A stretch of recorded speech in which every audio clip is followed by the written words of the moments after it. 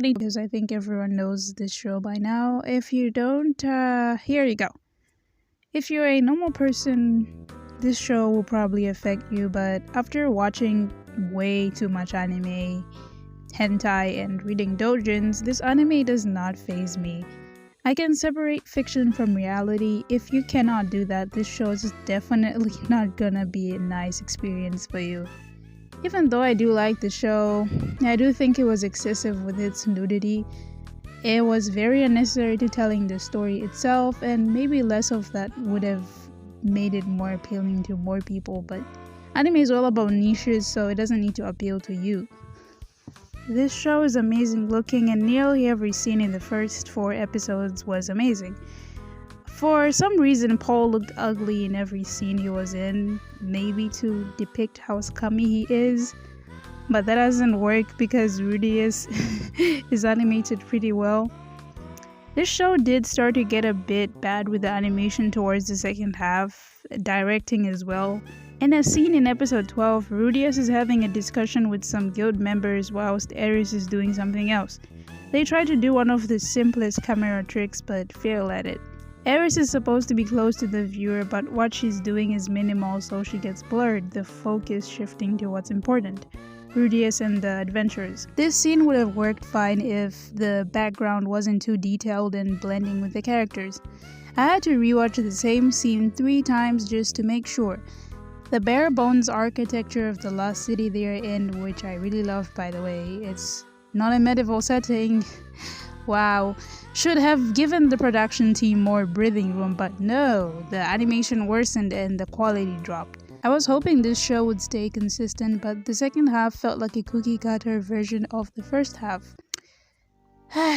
Now, the G word and the P word, they were a lot with this one. I found it funny until a 40-year-old, I don't know, I think it's 50 now or something, year-old man was trying to slip his fingers somewhere, and I was kinda annoyed. I didn't need to see this, it wasn't necessary, but it didn't remove my complete enjoyment of the show because I know that these are just fictional characters. Most scenes were still funny to me. The other problem I had with this show was it moving from slice of life to a more action-adventure type of isekai. Sure, I didn't hate it, but I enjoyed the more slice-of-life moments and I wanted to go back. Rudius' main conflicts are done really well and it looks like it might go somewhere with it. But then, you remember this is an isekai that supposedly started the genre itself. I say suppose because I don't think it actually started it. I think Zero no Tsukaima started that, but okay. I had a great time watching this show because of the small details and how well they fit into the narrative. It has dots that connect us from one moment to the other and little bits of information that add to the story and make it seem more thought out. I like how Rudius learns of the Sparrows, green-haired beast people with red gems on their foreheads, who he meets later on, and how Rudius gets a pendant from Roxy and it ends up helping them in a dire situation. Sometimes I do think it's too convenient, like when Rudius learns how to speak beast language, then in the next part he goes to a beast city. I just really appreciate this aspect more because in most isekai, the writers do not care for the small details. It's all about the larger details, and sure, this show doesn't have the most original character concepts. It's really like sort of predictable. In a way, this sort of helped me enjoy the show more because I rely too much on my past experience with isekai. I always think I'll get something and then I'll get something else, like how I thought Ares would be the same old boring tsundere archetype, and she is, but somewhat makes sense with her character. She's better written than most other tsunderes. She doesn't even stay tsundere that long. She has a horrible encounter with him and he saves her, so she sort of decides that she would be nicer to him. Her history so far checks out. This ties back into what I said about how things in this show sort of fall into place, and it really feels like the author thought up of the story carefully. Although I did praise Ares, Sylphette was one of the most disappointing characters actually.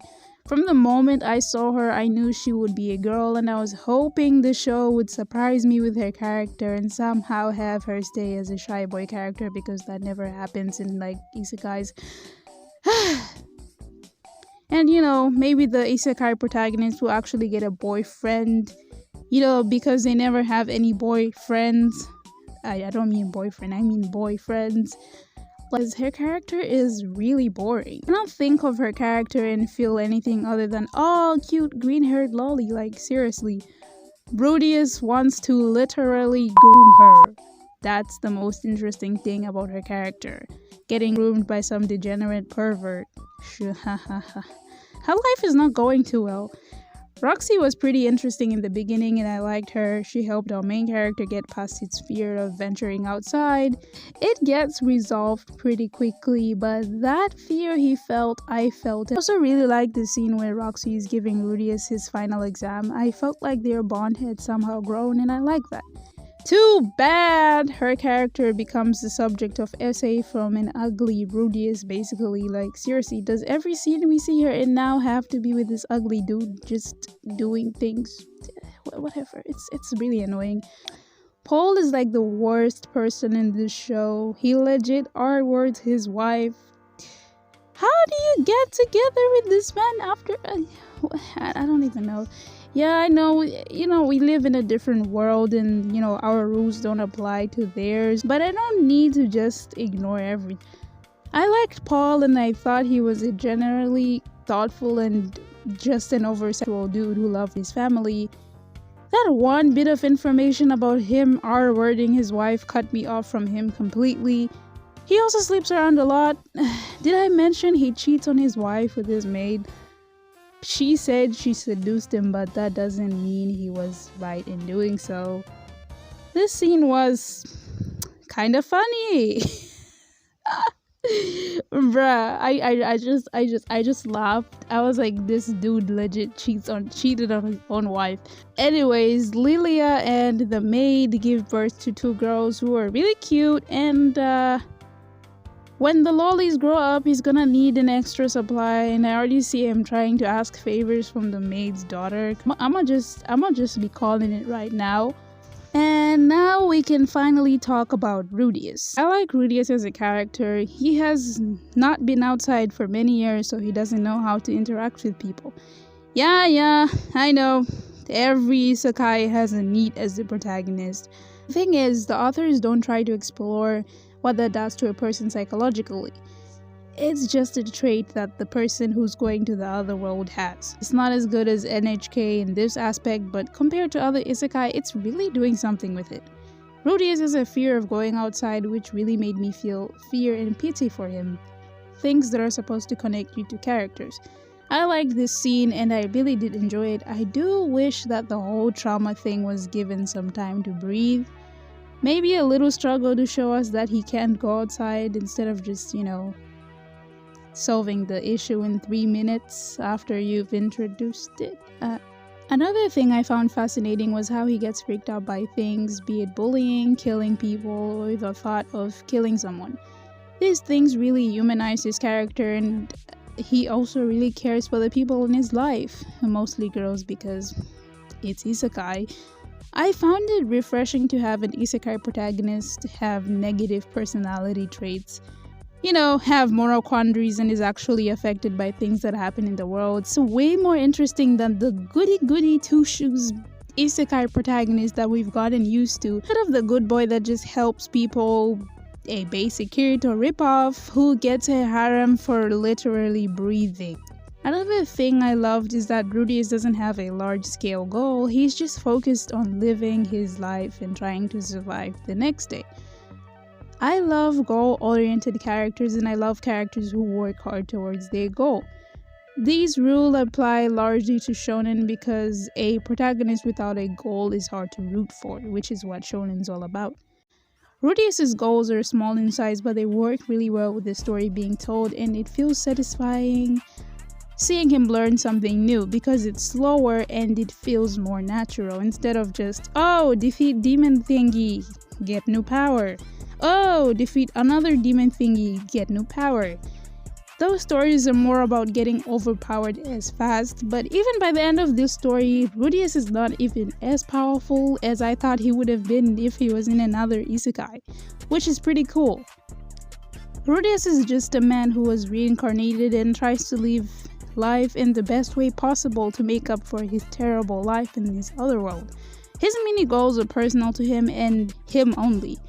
Goals like save the world or defeat the demon lord tend to fall flat because no one cares about the world. We don't know the people all around the world. We don't know your connection with them. We don't know why the protagonist wants to save the world. Because they're nice? Yeah, I don't care. It is so much easier to understand. I love my lolly, so I want to take her back home and, keep her safe, than save the world. And another moment that I really liked was when Rudius was having this moment with his father where his father slaps him. Like, wow, in an isekai, a parent, and this isekai is so damn realistic to some extent. Like, no one is like the most perfect character. No one is trying to be the perfect character. It's just realistic because people have flaws. They're not just people in some village who need saving, who are all nice. I really, really, really do like Rudius. I do like this side of him. Now I can finally discuss his other side, which is, if this show followed through with repercussions to Rudius's actions like they do with other stuff, this show would have made me love it even more. Too bad they don't. Rudius is extremely perverted and I find it kind of funny actually. Like the maid finding Roxy's underwear or him wearing underwear on his face. Him just being an observer of dumb shit. It's really funny until he actually starts groping people. Like seriously dude, the only thing he gets as punishment is a slap and that's it. How about Eris reporting this to her father? So he gets punished or something? Or is this normal in their world to just let people grope you? I really wish this show would have stayed with the realistic element till the end. I don't particularly find it amusing when he does touchy stuff. Yeah, sure, you can have inner thoughts about your perversions, you can steal panties from people for comedic effect, but touching is really not needed. I can go watch that in a hentai. I'm just trying to watch an anime, bro. Ignoring the touchy stuff, the rest is pretty funny, mostly because the voice actor who plays his inner monologue is really good. I found the inner monologue to be a huge plus in this show, and taking that away would have made the whole atmosphere feel sort of different. My favorite scenes in no particular order would have to be Rudius refusing to go outside but Roxy persuades him to, Rudius getting slapped by his father because, wow, parenthood actually exists in this show. Rudius using I'm not gonna say it, you know the thing. I found Rudius and Paul's interactions very funny and sometimes even warm. Sure, they're both perverts, but when they're communicating or just hanging out together, I have a great time. That scene of Rudius meeting Eris was pretty funny. He understood the power of equality. Rudius and Eris getting kidnapped. Rudius teaching Eris and the Beast Girl how to do math. Who can I just say is best girl, okay? Eris sequence, they had taken many days practicing for that dance and it felt really nice for them to actually show that off. Isn't the best isekai I've watched, but the enjoyment factor was really high for me. Objectively, I think it's just a 7 out of 10 show, but my enjoyment was a 9 out of 10. So that's something.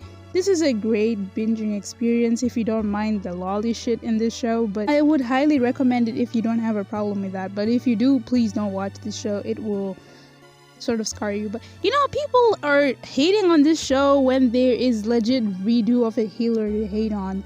Redo of a healer is just something else. I watched 4 episodes and I was like, nah, I'm not doing this. No, this show was not that show was hella crazy. I thought Goblin Slayer was wild until I saw that show. Hell the fuck no, I'm not watching that shit, bro. Very uncomfortable, so should have just went and just made the whole thing a freaking hentai, seriously. Anyways, thanks for watching. Alright, peace.